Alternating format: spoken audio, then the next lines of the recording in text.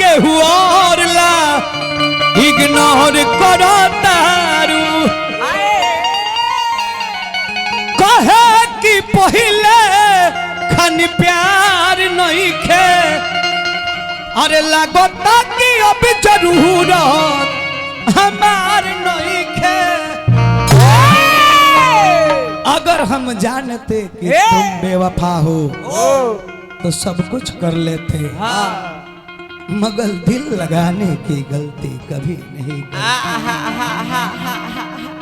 ए जा का हो हम तो रउआ से बहुत प्यार करी अरे कहता ना बाकी का करी हमरा लगे मजबूरी बाटे हाँ जाना तने हम रउआ से कितना प्यार करेनी कहता ना जमाने से नहीं तन्हाई से डरते हैं हाय जमाने से नहीं तन्हाई से डरते हैं हाय प्यार से नहीं रुसवाई से डरते हैं हाय मिलने की उमंग तो बहुत रखते हैं दिल में हाँ पर मिलने के बाद हाँ आपकी जुदाई से डरते हर तरफ का मौसी का साया है हाय जिसे देखो इस दुनिया में वही पराया है हाय गिर गया हूँ मोहब्बत की चोट खाकर खाकर। लेकिन फिर भी ये जालिम दुनिया कहती है कि साला पी कर साला पी के आया है ए जान हाँ हम रउआ के छोड़ के जाता नहीं हाँ। सच बा बाकी इहो सच बा कि रउआ के हम दिल से भुला ना पाए हाँ जाना तने हाँ दूर जाकर भी दूर जा ना पाएंगे हाँ दूर जाकर भी दूर जा ना पाएंगे हाँ। कितने रोएंगे हम बता ना सकेंगे हाँ। गम इस बात के नहीं कि आप हमें मिल ना पाएंगे हाँ। दर्द इस बात की है कि आपको हम भूल ना पाए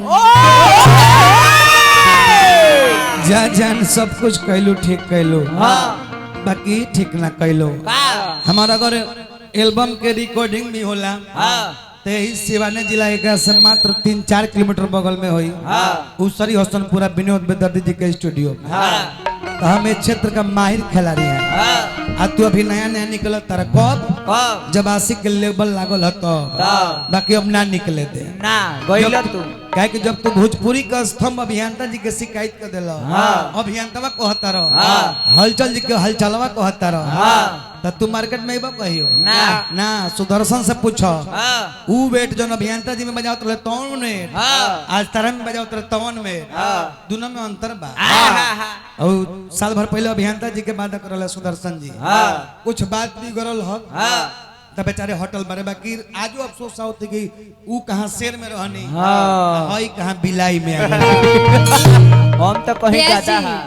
जानता नहीं रउआ के संस्कार के बात कहत रहनी हाँ। और देखिए उनका संस्कार हाँ। चुआट स्टेज पर पियत अरे बाप रे बाप अरे बाप रे बाप ना ऊ पे स्प्राइट हो ना ना ब्यास पिया तरे दारू ठीक बा ऊ स्प्राइट हो हाँ बाकी हई बियर पियता सरवा देखो हई देखो हई रिकॉर्डिंग करो इस तरह बियर पियता हई देखो हाँ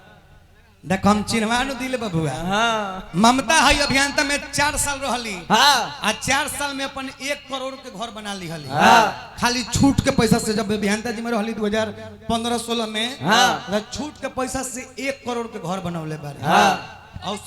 तारा खानदान में औसन के घर ना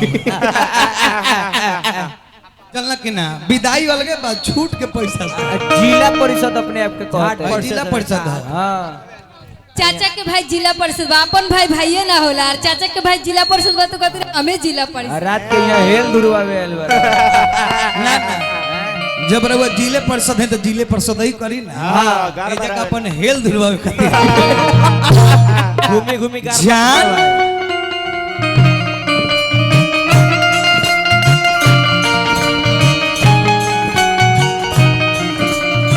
जा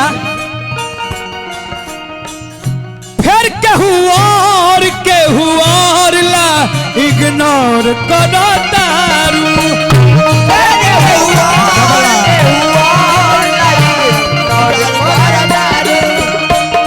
फिर केहू और ला इग्नोर करो तारू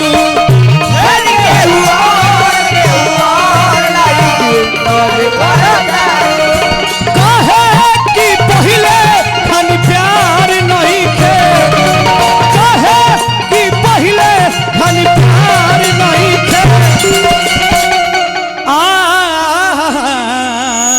दरना दा दा दा दा दा बड़का भैया हमारे हजारों रुपए के पुरस्कार ताकि अब जरूर हमारे नहीं खे ताकि अब जरूर हमारे नहीं खे वो किसी और आ रहे हैं फिर भी हम उनका इंतजार कर रहे हैं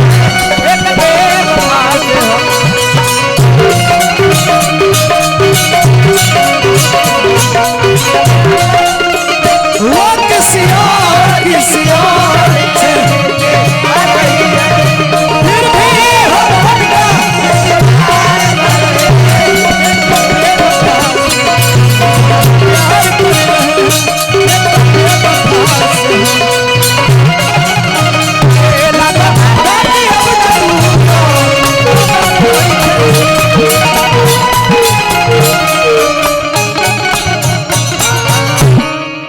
हमारा अति प्रिय भाई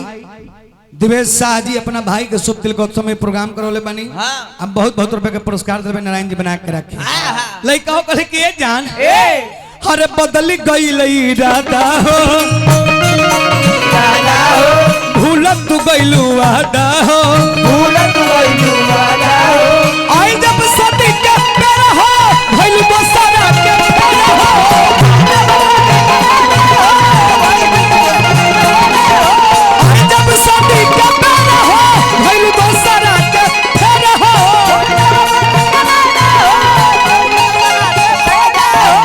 आकाश भाई नो आकाश भाई दिवेश भाई के भाई बने हमरो भाई बने पुरस्कार दिल बनी नारायण जी बना के रखे तहरा चलते ओ पक्के हूँ और बहुत एतबार नहीं थे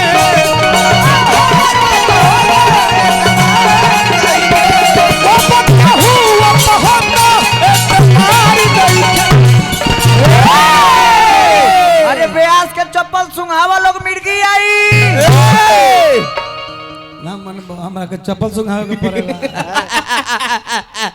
हमरा के तो चप्पल सुंघा देम त जागी हो जाए हां हो जान तनी कब जागेला कब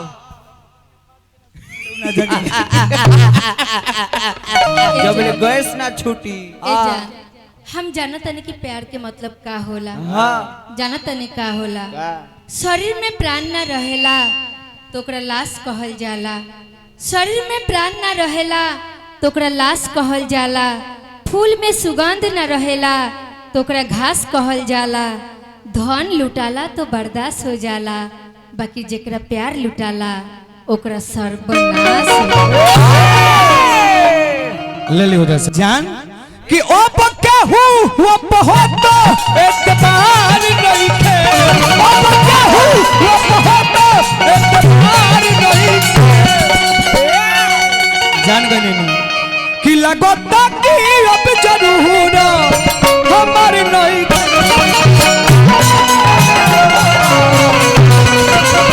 ताकि अब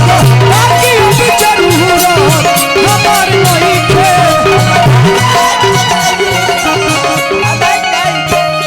लैला ओ भूल जाएंगे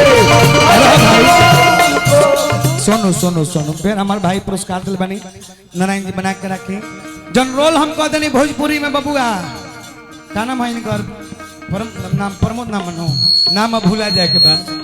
ऐसे याद देखे रह जनरोल हम कह देनी भोजपुरी में उ केहू ना करेला एगो करी के तो हमार दूगो भाई बारे सो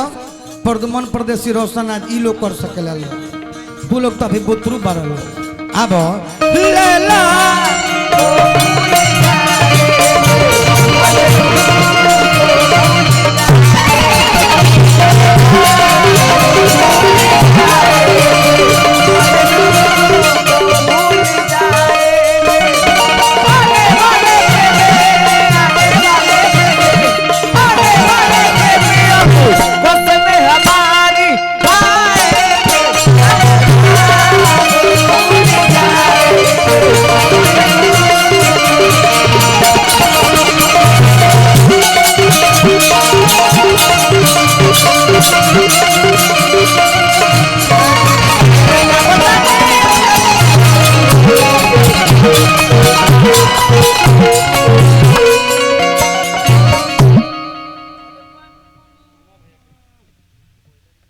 पेनली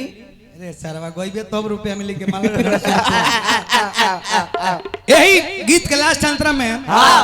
सोनू सिंह संगदिल जी कहने कैसे कैसे अरे कि मिले अब जब नजरी हो सतहु न देलू नजरी हो घूमल भर के बहिया में सोनू सोया दिल के रहिया में घूमल भर के बहिया में सोनू सोया दिल के रहिया में आशिकों निरुद्ध का होता इंतजार नहीं थे आशिकों निरुद्ध का होता इंतजार नहीं थे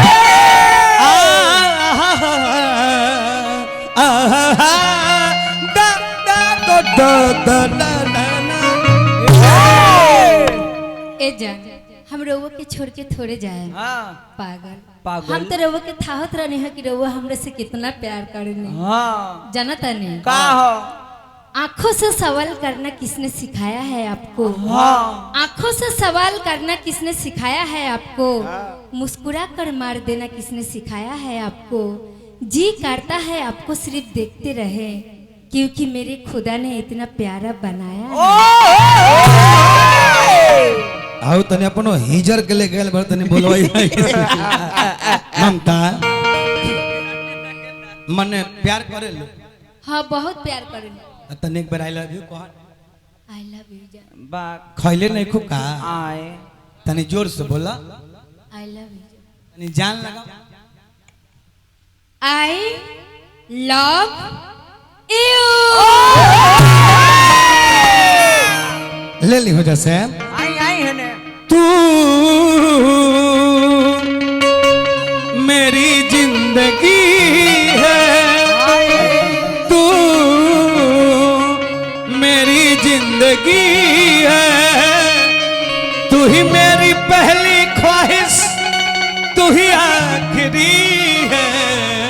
तू मेरी हर खुशी कृपया दूरी बनाए क्योंकि मेरा भी खरा हो रहा है का थी रोआ हो जाए हो जाए खारा भोर भल के में समय गिरे है। गिरे भइल बा काती रे पसेना हाथ ना मेहनत करके झाल बजे बता बस ना गिरी